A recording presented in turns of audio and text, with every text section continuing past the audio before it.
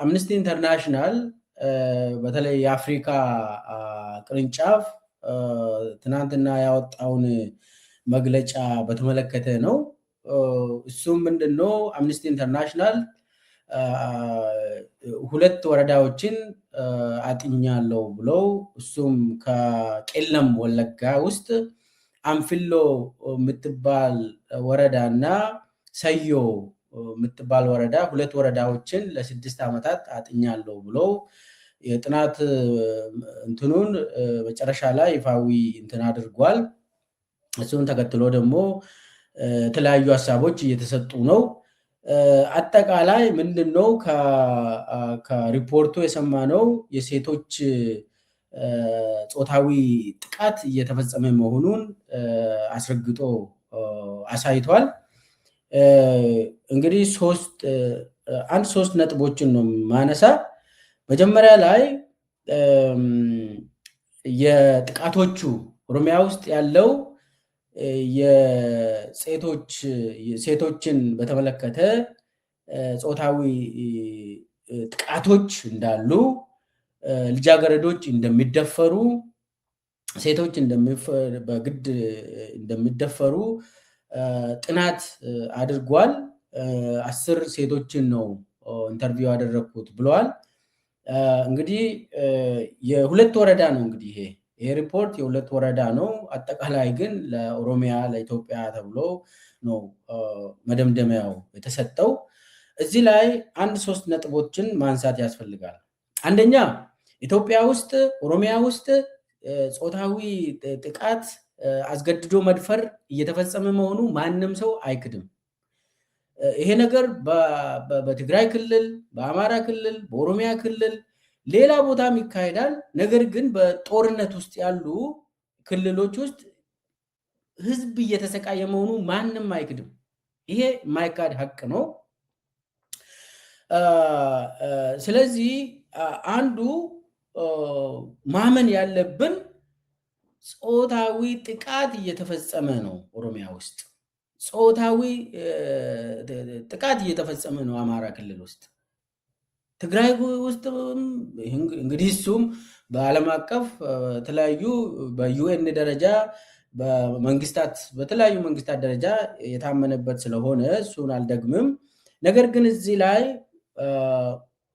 መቀበል ያለብን ጾታዊ ጥቃት ሴቶች ላይ፣ ልጃገረዶች ላይ፣ እናቶች ላይ እየተፈጸመ መሆኑ ይሄ ማመን ግድ ይላል። ስለዚህ አንዱ እሱ ነው። ሁለተኛው ደግሞ ይሄ ፋክት ነው፣ የሚካድ ሀቅ አይደለም። ይሄ አይካድም። እናቶች፣ ወንድም እህቶች እየተደፈሩ ነው። ምንም ጥርጥር የለም። ይሄ ነገር እየተካሄደ ነው። አሁን ምንድን ነው የሚካሄደው? ራሱ በሺዎች የሚቆጠሩ ነው። 10 ሰው ብቻ እንደዚህ እሱ ላይ ብቻ ሳይሆን ስታቲስቲክሱን ራሱ መሰብሰብ ያስፈልጋል። አሁን የአምነስቲ ኢንተርናሽናል ስታቲስቲክሱ ምንም የለም፣ ግን 10 ሴቶችን ኢንተርቪው እንዳደረገ እሱ ላይ ቆሞ መደምደሚያ እንደሰጠ ነው እንጂ ስንት ሴቶች ናቸው የተደፈሩት አጠቃላይ ኦሮሚያ ውስጥ? እንደው እዛ ወረዳ ውስጥ ራሱ 2 ወረዳ ነው የወሰደው። ያቺ 2 ወረዳ ውስጥ ራሱ ስንት ሴቶች ናቸው አጠቃላይ የተደፈሩት የሚለውን ለመገመት እንኳን አልቻለም። ነገር ግን ሰፋ ያለ ህዝብ እየተሰቃየ ነው። ኦሮሚያ ውስጥ እየተሰቃየ ነው ህዝብ፣ ሴቶች እየተሰቃዩ ነው። አማራ ክልል ውስጥ በተመሳሳይ፣ ትግራይ ክልል ውስጥ አይተናል። አሁንም ለዛው ዝግጅት አለ። ስለዚህ በሺዎች የሚቆጠር የኢትዮጵያ ዜጎች፣ እናቶች፣ ህፃናት እየተደፈሩ ነው። ይሄ ላይ ምንም ጥርጥር የለም። እዚህ ላይ ሞራል ያለው ሰው ያምናል። እንግዲህ ይሄ አብይ የሚባል ሞራሊቲ የሌለው ሰው እንደዚህ ያምናል ብዬ አልገምትም። አንዱ ይሄ ነው። ፋክቱን መቀበል ያስፈልጋል። ጥቃቶች እየተፈጸሙ ነው። ይሄንን መካድ አይቻልም። አሁን ማን ነው ይሄንን አሁን እዚህ ላይ ማን እንደዚህ ያደረገ ላይ ጥናት ያስፈልጋል። ማን ነው ይሄንን የፈጸመው? ማን ነው ኢትዮጵያውያንን እያሰቃየ ያለው? ማን ነው በየክልሉ የሄደ ህዝብን እየጨፈጨፈ ሴቶች ህፃናቶችን እየደፈረ ያለው ማን ነው የሚለው በጣም ሰፋ ባለ ጥናት ያስፈልጋል። አሁን አምነስቲ ኢንተርናሽናል ባወጣው መግለጫ ሙሉ በሙሉ 100% ብሎ አንድን አካል ብቻ ነው የወነጀለው። አንድን አካል ብቻ ነው የወነጀለው። እንደው ሪፖርቱን ካነበባችሁ እንዴ የኢትዮጵያ መከላከያ ሰራዊት ብፁዕ ወቅዱስ ሆነ እንዴ ኦሮሚያ ውስጥ ትላላችሁ? እንደው ዜጎች ላይ እየተፈጸመ ያለው ሰቆቃ ማን ነው እየፈጸመ ያለው የምለው 100% አንድ አካል ነው ካልከኝ እንደው አስቸጋሪ ነው የሚሆነው። አስቸጋሪ ነው የሚሆነው። ፖለቲካዊ ይዘቱ ሊበልጥ ይችላል ማለት ነው። ለዛም ብሎ አሁን ኦኤልኤ ሙሉ በሙሉ አልቀበልም ብሎ መግለጫ አውጥቷል። መጀመሪያ አምነስቲ ኢንተርናሽናል ያወጣው መግለጫው ሙሉ በሙሉ ኦኤልኤ ነው የወነጀለው። የትኛው ኦኤልኤ ነው?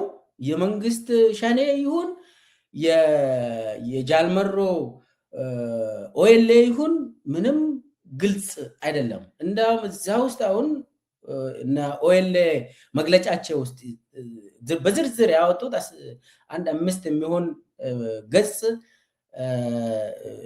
ሙሉ በሙሉ ሪጀክት አድርጎ ያወጡት ውስጥ ፋክቶችን ነው ለማሳየት የሞክሩት። የኦኤልኤ ምላሽ ምንድነው? አምነስቲ ኢንተርናሽናል ይህንን ሲያወጣ እንደው አመራሩን ዲቪዥኑን እንደማያውቅ የኦኤልኤ አመራሩን ትክክለኛ አመራሩ ማን እንደሆነ አያውቅም። አንዳንዶቹ የሚገርም የአምነስቲ ኢንተርናሽናል ያወጣ ለምሳሌ አንድ ጃልጅሬኛ የከሌ ቦታ መሪ ነው የተባለው አሁን ጃልጅሬኛ ከአብይ ጋር ነው የሚሰራው። ልብ በሉ። የአምነስቲ ኢንተርናሽናል ሪፖርት ከወሰዳችሁ ጃልጅሬኛ ከጃልሰኝ ጋር ወደ መንግስት የተቀላቀለ እሱ ነው፣ እሱ መሪ ነው ተብሎ ነው እዛ ውስጥ የተካተተ እና እኛ የምናውቀው ማለት ነው። ሌላ ውስጥ አልገባም። ብቻ ምንድን ነው የህዝብን ስቃይ ወደ አንድ አካል ብቻ ተጎትቶ የተሰጠው በጣም የሚገርም ነው። እና ማን ነው ይህንን የፈጸመው? ህዝቡ ላይ ጥቃት እየተፈጸመ ነው፣ ምንም ጥርጥር የለም። ይሄ እንደው ትግራይ ወንድሞቻችን ያውቃሉ፣ አማራ ወንድሞቻችን ያውቃሉ። እንዲህ አይነት ሰቆቃ ሌላ ቦታ እየተፈጸመ ነው፣ ኦሮሚያ ውስጥ ስቃይ እየተፈጸመ ነው። ይሄ ማንም ሰው አይክድም። ማን ነው ይህንን ግን በግልጽ የሚያካሄደው ለምለው ባያዝድ የሆነ በትሪኪ በሆነ መንገድ የሚጠና ጉዳይ አይመስለኝም። የህዝብ እንባ እንደው ለፖለቲካ እንዳይውል ጥንቃቄ ያስፈልጋል። ባላንስ በሆነ መንገድ ጥናት መካሄድ አለባቸው። ተጠያቂ የሚሆኑ ሰዎች ተጠያቂ ነው የሚሆኑ። ማንም ሰው ተጠያቂ ይሆናል። በትክክል ከተጣራ አካውንታቢሊቲ ይመጣል። ስለዚህ አሁን ፈጻሚው ማን ነው ለምለው አሁን አምነስቲ ኢንተርናሽናል ለአንድ አካል ብቻ ሙሉ በሙሉ ተጠያቂው እክል ነው የሚል ሰጥተዋል። ኦኤልኤን ወነጀለ። ኦኤልኤ ደግሞ አይደለም ይሄ ጥናቱን ጥያቄ ውስጥ አስገብቷል። ጥናቱ የማን ነው ብሎ ጠይቋል። ጥናቱ የአምነስቲ ኢንተርናሽናል ነው ወይስ የማን ነው ብሎ ጥያቄ አንስቷል። ፋክቶችን 5 ፋክቶችን ዘርዝረው በዛ መሰረት የአምነስቲ ኢንተርናሽናል ጥናት አይደለም የሚል መደምደማ ሰጥተው መጨረሻ ላይ ደግሞ መጣራት አለበት። ዜጎች እየተሰቃዩ ነው፣ እየተደፈሩ ነው። ህፃናት፣ እናቶች እየተደፈሩ መሆኑን አምኗል። ያ ማን ነው ፈጻሚው ለምለው ደግሞ ጥናት ያስፈልጋል። ይሄ በአብይ የሚመራ እሱ የለም፣ እሱ ራሱ አይፈቅድም አብይ። ነገር ግን ባላንስድ የሆነ ትክክለኛ ጥናት እፈልጋለሁ ብለው ይሄኛውን ደግሞ የአምነስቲውን አሁን አምነስቲ ኢንተርናሽናል የአፍሪካ ቅርንጫፍ ያወጣውን ሙሉ በሙሉ አልቀበልም። ነገር ግን ይሄኛው ተሽሮ ጥናት መካሄድ ካለበት ጥናት ትክክለኛው ባላንስድ የሆነ ኒውትራል የሆነ ጥናት ከተካሄደ እንተባበራለን፣ ተጠያቂነት እንዲኖረውም ይደረጋል ብሏል። እንግዲህ ምንድን ነው ይሄ ነገር? አንደኛ በእንትኑ በሪፖርቱ ውስጥ የሚያሳዝን እንደው ያው ከመከላከያ ሰራዊት የታወቀ ስለሆነ የመከላከያ ሰራዊት ስሙ እንኳን እንደው አልተነሳም። በቃ ቅዱስ ሆኖ ቀረበ። ሌላው ምንድነው? ሁለት ወረዳዎች ኦሮሚያን ሪፕሬዘንት ያደርጋል ወይ? አንድ ከወለጋ ውስጥ ቄለም ወለጋ የኢትዮጵያ ዳር ድንበር ማለት ነው። ሰዮ ማለት የደንብ ዶሎ ዙሪያ ማለት ነው። ከዛ ቀጥሎ አንፍሎ የምትባል የኢትዮጵያ ዳር ድንበር አካባቢ ነች። እዛች ሁለት ወረዳዎችን ወስደ ኦሮሚያ ትልቅ ክልል ነው እንደምታውቁት። ሪፕሬዘንት ያደርጋል ወይ? ይሄ እንደው ተራ ጥናት እንኳን ስናካሄድ እኮ እንደዚህ ትልቅ ድርጅት አምነስቲ ኢንተርናሽናል ጥናት ሲያካሄድ እኔ በጣም አከብረዋለሁ አምነስቲ ኢንተርናሽናልን። ጥናት ሲካሄድ በጣም ሪፕሬዘንቴሽን የሚባል አለ። ምዕራብ ኦሮሚያን ትወስዳለ፣ ማዕከላዊ ኦሮሚያን ታያለ፣ ደቡብ ኦሮሚያ አለ፣ ምስራቅ ኦሮሚያ አለ። ኦሮሚያ ላይ ኮንክሉዥን ለመስጠት መጨረሻ ድምዳሜ ለመስጠት ቢያንስ 1-4 አካባቢ ማየት ትችላለ እና በኦሮሚያ ብቻ ላይ ፎከስ የምታደርግ ከሆነ ካልሆነ ደግሞ እንደዚህ አይነት ትልቅ ድርጅት ከሆነ ሰፋ ያለ የኢትዮጵያ ሙሉ በሙሉ ማጥናት ኮምፕሬሄንሲቭ የሆነ ጥናት አካሂዶ ነው አንድ ላይ ይሄ ነው እየተካሄደ ያለው ብሎ ማሳየት ነው ያለበት። ከዛ ያንን አላደረገም። እንደው አሁን እኔ ማዕከላዊ ኦሮሚያ ወይ ኢትዮጵያ አንድ ምዕራብ ሸዋ ለምሳሌ ምዕራብ ሸዋ ላይ አንድ ህፃን አስታውሳለሁ፣ ስምቦ ብርሃኑ የምትባል አንድች በጣም 10 ዓመት የማትሞላ ህፃን እንዳውም ፌስቡክ ገጼ ባክግራውንድ ነች። አሁን በጣም ልቤ ስለተሰበረ እስካሁን ፌስቡክ ገጼ ላይ ባክግራውንድ ነች። አሁን ስምቦ ብርሃኑ የምትባል በመከላከያ ሰራዊት ተደፍራ ከዛ በኋላ ህፃኗን ምንድነው ያደረጓት? ከደፈሯት በኋላ ሰቅሎ ገደሏት። ስምቦ ብርሃኑ ትባላለች። ሂዱና የኔን ፌስቡክ ባክግራውንድ ላይ ስዕሏን ይዩት። ከደፈሯት በኋላ ገደሏት፣ ሰቅሎ ራሷን ሰቀለች ተባለ። ደግሞ 10 ዓመት ማትሞላ ህፃን ልጅ ራሷን እንዴት ገደለች? ከደፈሯት በኋላ። ከዛ በኋላ ሆስፒታል ተወሰደች። በሁሉም ታይቶ ተደፍራ እንደተገደለች ተረጋግጧል። ስምቦ ብርሃኑ ትባላለች። ምዕራብ ሸዋ ከአምቦ እና ከጊንጪ የሽመልስ ትውልድ ሰፈር ከዛ ትንሽ ወደ ታች ወረድ ስትሉ ወደ ግንደበረት ስትሄዱ ሜታሮቢ የሚባል እዛ አካባቢ አለ። እዛ ነው እንግዲህ እቺ ህፃን። ከዛ ማንም አልተጠየቀም፣ ፍርድ ቤት የለም፣ ምን የለም። የስምቦ እናትና የስምቦ አባት እስከ ዛሬ ድረስ ምንም እንዳይናገሩ ባሪያ ሆኖ እንዲቀመጡ ተደርጎ እኔ እዛ አካባቢ ያሉ ሰዎችን ስለማቅ ጠይቄያለሁ። እንደ ባሪያ ተቆጥሮ እስከዛሬ ድረሳል። እንደዚህ አይነት ሁኔታዎች አሉ። አሁን ከሁለት ሳምንት በፊት ኩዩ ታውቃላችሁ፣ ወደ ባህር ዳር መሄጃ ኩዩ 100 ኪሎ ሜትር አይሆንም ከአዲስ አበባ።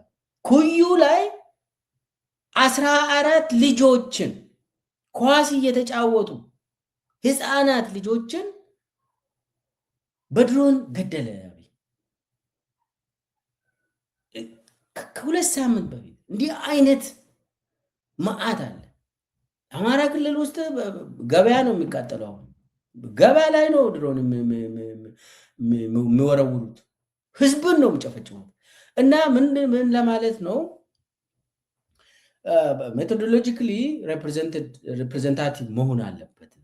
እኔ አሁንም መዓት ጾታዊ ጥቃት እየተፈጸመ ነው ኦሮሚያ ውስጥ፣ ሙሉ ኢትዮጵያ ውስጥ እናቶች እየተደፈሩ ነው። በየቀኑ እየተደፈሩ ነው። ለምን? መንግስት ስለሌለ። ያ መንግስትም የሚደፍር መንግስት ስለሆነ ይሄ ስቃይ ውስጥ ነው ህዝቡ። ኦሮሚያ ውስጥ ሚዲያ አይገባም እኮ። ኦሮሚያ ውስጥ አንድም ሚዲያ አይፈቅድም። የአብይ ጓሮ ስለሆነ ኦሮሚያ የግሌ ነው ብሎ አብይ ስለሚያስብ አንድች ሚዲያ ኦሮሚያ ውስጥ ገብቶ አንድ ነገር እንዲሰራ አይፈቅድም። የግል ቤቱ ስለሆነች ኦሮሚያ፣ መፈንጫው ስለሆነች ኦሮሚያ ሲፈልግ ይገላል፣ ሲፈልግ ይደፍራል፣ ሲፈልግ የፈለገውን ነገር ያደርጋል ኦሮሚያ ውስጥ። ይሄንን እያየን ነው። ሌላ ቦታም አይፈቅድም። ለዛ እንትን የተወሰነ ትግራይ ክልል ውስጥ በዛ በጦርነት ጊዜ እንደው እንትን ብሎ እንደው ህዋት ስለሚያስተዳድር የተወሰነ ሚዲያዎች አግኝቶ ነበር። አሁን አማራ ክልል ውስጥ የትኛው ሚዲያ ነው የሚገባው? የሚፈቀደው የለም። ኦሮሚያ ክልል ባለፉት 7 ዓመታት ምንም አይነት ዓለም አቀፍም ይሁን የግል ሚዲያ አይቻልም። አሁን ትንሽ እንደው ትንሽ የሚዘግቡ ከአዲስ አበባ ላይ ሆኖ እንደው በስልክም የሚያገኙ ተዘጉ እኮ እንዳሉ ሙሉ በሙሉ ተዘጉ። እና በዚህ ሁኔታ ውስጥ አብይ በየጊዜው ሰውን እየጨፈጨፈ ምንም አይነት እንትን በገለልተኛ አካልም ይሁን በራሱም ይሁን የሆነ ጥናት እንኳን አይካሄድም፣ ኢንቨስቲጌት አይደረግም። ለምን? ኢንቨስቲጌሽኑ ከተካሄደ መዓት ነገር ስለሚወጣ ማለት ነው። አብይ አይፈቅድም። ስለዚህ አሁን በአምነስቲ ኢንተርናሽናል ሪፖርት መንግስት ተቀብያለውም አላለም፣ አይ ውሸት ነውም አላለም። አሁን ኦኤልኤ ብቻ ነው ራሱን የተከላከለ። ውሸት ነው ያላችሁት በትክክል አይደለም። የሆነ አካል እዛ አምነስቲ ኢንተርናሽናል ውስጥ ሆኖ ይህንን ኦኤልኤ ላይ ኮንስፓይረሲ ሰርቷል የሚል መግለጫ ሰጥቷል። እንደውም እኔ አሁን ካነበብኩ በኋላ የብልጽግና ሰዎች ጋር ደውዬ አጣራው ትንሽ ምንድን ነው ይሄ ነገር፣ የአምነስቲ ኢንተርናሽናል አፍሪካ ሪፖርቱን አያችሁ ወይ? ምንድን ነው? እኛም ሰርፕራይዝ ሆነናል አሉ። ብልጽግናዎች ራሱ ሰርፕራይዝ ነው የሆኑት በዚህ ሪፖርት። እንደው የኢትዮጵያ ሰብአዊ መብት ኮሚሽን ራሱ እንደዚህ አይነት ሪፖርት አያደርግም፣ ቢያንስ ባላንስ ያደርጋል። ሰርፕራይዝ ነው የሆን ነው እና በጣም የሚያስጠረጥር መግለጫ እንደሆነ እንደውም አንዳንድ እዛ አካባቢ ያሉ ኢትዮጵያን ላይ የሚሰሩ ሰዎች እዛ የሚኖሩ ሰዎች አሉ። ነገር ግን ይሄን ያህል ለምሳሌ የኢትዮጵያ ተወካይ አለች እዛ። እሷ አሁን እንዴት ይህንን እንዳደረገች እሷ ነች የምታውቀው። ብቻ ግን በጣም ባያስድ የሆነ እንትን ነው የህዝብን ህመም የሴቶችን ሰቆቃ ለፖለቲካ ብቻ የሚያውል ጉዳይ ሆኖ ነው የወጣ። አሁን መጨረሻ ላይ ማለት የምፈልገው ለምንድን ነው አሁን የወጣ መከላከያ ከኦሮሚያ አብዛኛው መከላከያ ወደ ሰሜን እየተጓዘ ነው። በዚህ ሰዓት ለምንድን ነው ተጠብቆ የወጣ የምለውን ደግሞ መመለስ አለብን። አንደኛ ኦኤልኤ እንዴት ነው አሁን በብልጽግና እየተሳለ ያለው? ኦኤልኤ ከፋኖና ከህዋት ጋር ተሰልፎ ኦሮሞን ሊወር ነው ተብሎ እኮ ነው አሁን ኦኤልኤ እንደዛ ነው የተወሰደ። ከጠላቶቻችን ጋር ቆሟል ብሎ እንግዲህ ጠላቶች ማለት የአብይ ጠላቶች አማራ፣ ትግራዊ ሆኖ በግልጽ ያው የሰሜኑ ጭራቅ የሚባሉ ማለት ነው። ኦኤልኤ እንደው ህዋት ደግሞ ጽምዶ ምናምን ፈጥሮ ከሻቢያ ጋር እየሰራ ነው ተብሎ ተወስዷል። እና ኦኤልኤ አንደኛ ታርጌቱ ኦኤልኤ ከአማራ ወንድሞቹ ጋር ከትግራይ ወንድሞቹ ጋር እንዳይቆም ብዙ ጥረት እየተደረገ ነው። ይህንን ልብ በሉ፣ ብዙ ጥረት እየተደረገ ነው። አንዱ እሱ። ሁለተኛ ሙሉ መከላከያ ሰራዊት ሙሉ ባይባልም አብዛኛው የመከላከያ ሰራዊት ከኦሮሚያ ወጥቶ ወደ ሰሜን እየተጓዘ ነው። በዚህ ሰዓት ኦኤልኤ ደግሞ ሚሊሻ ላይ እርምጃ እየወሰደ ነው። አሁን በጣም ብልጽግና ኦሮሚያ ውስጥ በጣም ተዳክሞ በሚሊሻ መቆም አቅቷል። በሚሊሻ መቆም አቅቷል። ሚሊሻ በየቦታ ማለት ሚሊሻ እኮ ለወታደራዊ ስምሪት አይደለም የተፈጠረው። ሚሊሻ እያለቀ ነው። እንደው ሚሊሻ እኮ አባቶቻችን ናቸው፣ ወታደር አይደለም። ነገር ግን አብይ ሚሊሻን እንደ ወታደር ተጠቅሞ ሙሉ በሙሉ እንዲያልቁ እያደረገ ነው። ሂማን ዌቭ ይጠቀማል፣ እንደ ጥይት ይጠቀማል የሰው ልጅ። ምን አለ ከዚህም በፊት አብይ የኢትዮጵያ ህዝብ በዛ እኮ ኢትዮጵያ ከ50 ሚሊዮን በላይ ሰውን አትፈልግም ብሎ በአፉ ተናግሯል እኮ። በአፉ በአንደበቱ ሰምተናል። እኔ ከፈለግኩ 20 ዓመት እዋጋለሁ፣ የሰው ኃይል አለኝ። ኢትዮጵያ እኮ አንፕሮዳክቲቭ ህዝብ ስለሆነ በጦር ማለቅ ያለበት ህዝብ ነው ብሎ ነው አብይ የሚያወራ። ስለዚህ የአብይ የጦር እቅዱ ህዝብ ቅነሳም ነው። ይህንን ልብ በሉ። የኢትዮጵያ ህዝብ ወታደርን ሰብስቦ ፖሊስ ሰራዊትን ሰብስቦ አንድ ላይ ሰው እያለቀ የኢትዮጵያ ወታደሮች ሰው እያለቀ ነው ምንድን ነው ብሎ ጠይቋል። ሰው በገፍ እያለቀ ነው። አማራ ክልል ውስጥ፣ ትግራይ ክልል ውስጥ፣ ኦሮሚያ ክልል ውስጥ ሰው በገፍ እያለቀ ነው ብሎ ሲጠይቁ ምንድን ነው መልሱ? የአብይ መልሱ አትጨነቁ ለህዝብ፣ ይሄ አንፕሮዳክቲቭ የሆነ ምርታማነቱ የጎደለ ህዝብ ደግሞ አትጨነቁ ለዛ ብለው በአፉ ተናግሯል። እና ምንድን ነው አብይ እያደረገ ያለው የህዝብ ቅነሳ መሆኑን እንዳትረሱ። አብይ 50 ሚሊዮን በቂ ነው ብሎ የሚያምን ሰው ነው። 50 ሚሊዮን ለኢትዮጵያ በቂ ነው ብሎ የሚያምን ሰው ስለሆነ፣ ስለዚህ በዚህ ረገድ ሰው አለቀ አላለቀ የእሱ ጉዳይ አይደለም። ኦሮሚያ ውስጥም አማራ ክልል ውስጥም ትግራይ ሊጨርሱ ይችላሉ። ካገኙ ካሸነፉ የትግራይ ዕጣ ፈንታ በጣም አደጋ ነው። ባዚ አብይ የሚያምነው ምንድነው? ትግራይ እንደ ህዝብ ከተሸነፈ የሚቀጥል አይመስለኝም። በአብይ አስተሳሰብ የማውቀው ነገር አለ። ስለዚህ በዚህ ሰዓት ታርጌት ተደርገው ሰዓቱ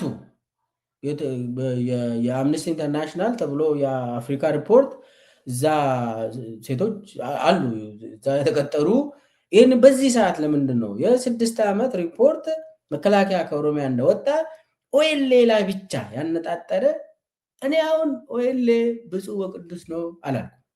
ችግር ሊኖራቸው ይችላል። እርምጃም መውሰድ አለባቸው ያ ከተፈጸመ። ነገር ግን መጠናት አለበት። በትክክለኛ አካሄድ ተጠንቶ ሁሉም ሰው ተጠያቂ መሆን አለበት። ሁሉም ሰው በሰሜኑ ጦርነትም በአማራ ክልልም ማንኛውም ሰው ህዝብ ላይ ትንሽ ስህተት ከተሰራ እሱ እዛ ላይ ቆም ማለት ያስፈልጋል። ማንም ሰው ኮድ ኦፍ ኮንዳክት አላቸው። ሁሉም እኔ ያውቃለሁ። ለህዝብ የሚታገሉ ቡድኖች ኮድ ኦፍ ኮንዳክት አላቸው። ህፃናት አይገደሉም፣ ሴቶች አይደፈሩም፣ ሰላማዊ ሰው አይመታም። ይሄ ኮድ ኦፍ ኮንዳክት ነው። ሁሉም በክልል አካባቢ እኔ እስከማውቀው ድረስ በዚህ ነው የሚንቀሳቀሱት።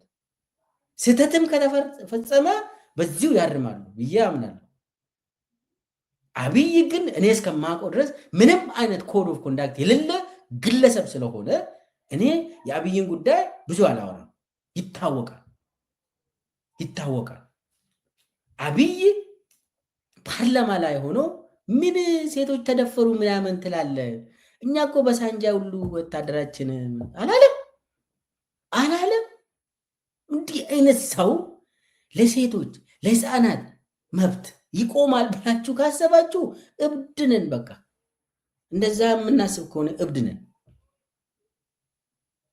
እንዲህ እና አጠቃላይ እንትኑ የተደረገው ኦኤልኤ ላይ ብቻ ያነጣጠረ ሪፖርት የተሰራው በጣም ያሳዝናል። ይሄ የህዝብን ችግር የህዝብን ሰቆቃ ላይ ጨው መነስነስ ነው።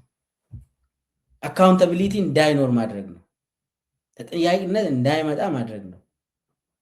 በትክክል ማን ነው ይሄንን ሁለት ወረዳ ትንሽ ወረዳ ወስደ አጠቃላይ እንትን ካደረግኮ በጣም ይከብዳል። ሜቶዶሎጂካሊ ሮንግ ነው የሚሆነው። ሙሉ ለፖለቲካ ቁማር ነው የሚሆነው ማለት ነው። ያ ደግሞ በጣም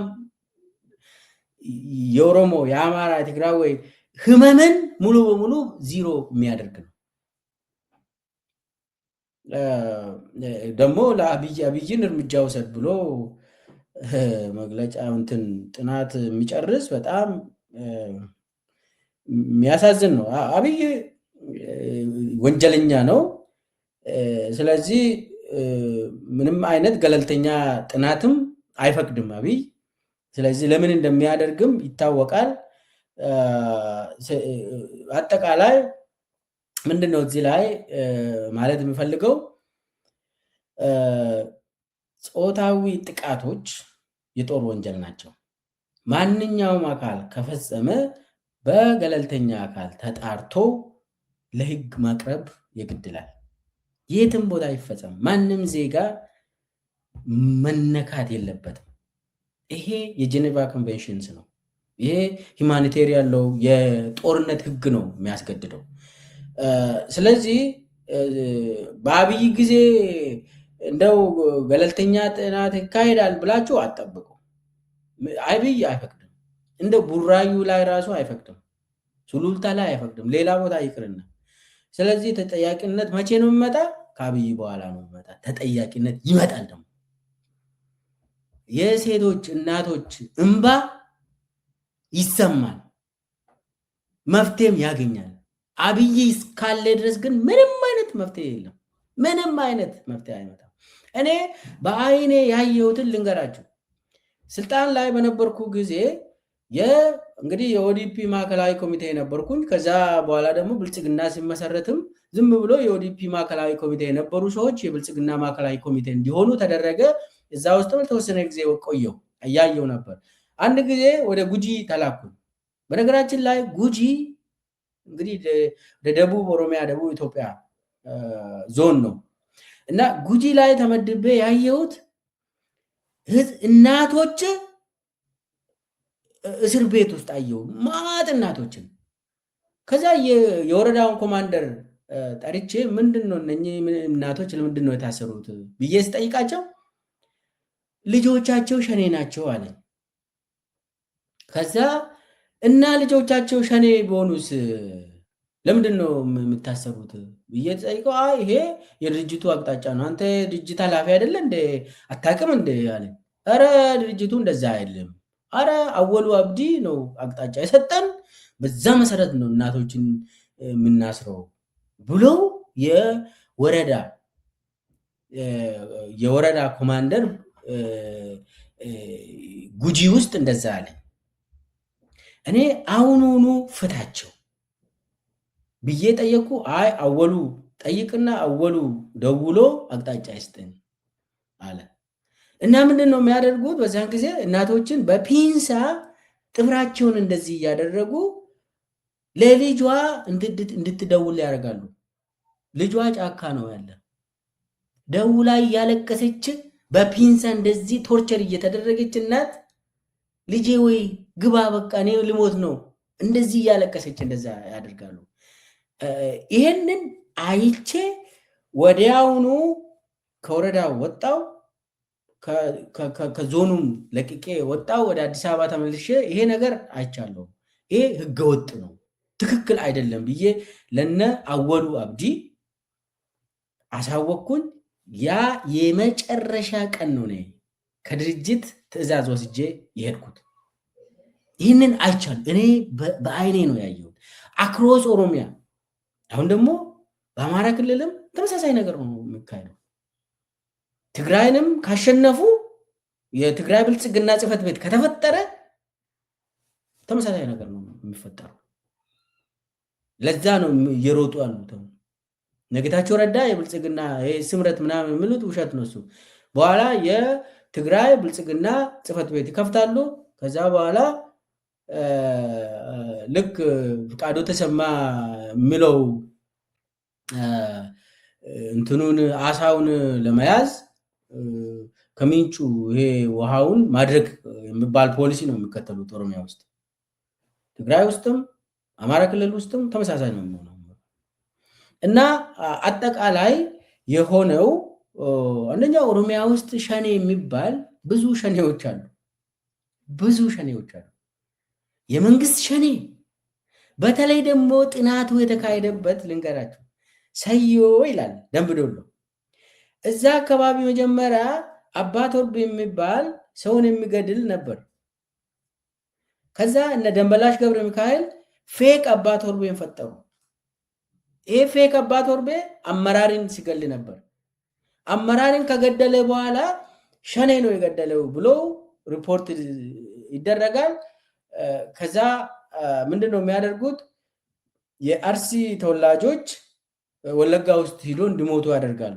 በዚህ በፌክ አባ ቶርቤ መንግስት ውስጥ ስለነበርኩን እናውቃለሁ። ከዛ አንድ አርሲ ተወላጅ አመራር ወለጋ ከሞተ ሬሳ ወደ አርሲ ተወስዶ ምንድን ነው የሚባለው? ይሄው በወለጋ ተገደለ ተብሎ። አያችሁ የአብይ በጣም ተንኮል እና ሰዮ ደምቢዶሎ አካባቢ ነው ይሄ ደግሞ የሚበዛው ሰዮ ተብሎ የተጠና። ስለዚህ አጠቃላይ ለፖለቲካ ፍጆታ ውሏል። አሁን ግን እኔም ማለት የምፈልገው ተጠያቂነት ያስፈልጋል። እናቶች ስቃይ ውስጥ ናቸው። ሴቶች ልጃገረዶች ስቃይ ውስጥ ናቸው። የነሱ እንባ የነሱ መፍትሄ የሚመጣው ከአብይ በኋላ ነው እንጂ መከላከያ ሰራዊትን ወይ የኦሮሚያ ፖሊስን እንደው ብፁዕ ነው ቅዱስ ናቸው እነሱ እኮ መላእክት ናቸው ብለው እንትን መግለጫ መስጠት ጥሩ አይደለም። ለምሳሌ አሁን በዩኤን ራሱ ኦሮሚያ ውስጥ የሚደረገው ሰብአዊ መብት ጥሰት 70% የመንግስት ነው ብሎ ዩኤን ስለ አንድ ቅርንጫፍ አለ ሂማን ራይትስ ካውንስል የሚባል ዩኤን ውስጥ በጣም ትልቅ ድርጅት ነው። የዩኤን አካል ሆኖ 70% ኦሮሚያ ውስጥ ወንጀሎች የሰብአዊ መብት ጥሰቶች በመንግስት ታጣቂዎች ነው ብሎ በትክክል አጥንቶ አሳይቷል። 70% አስቡት።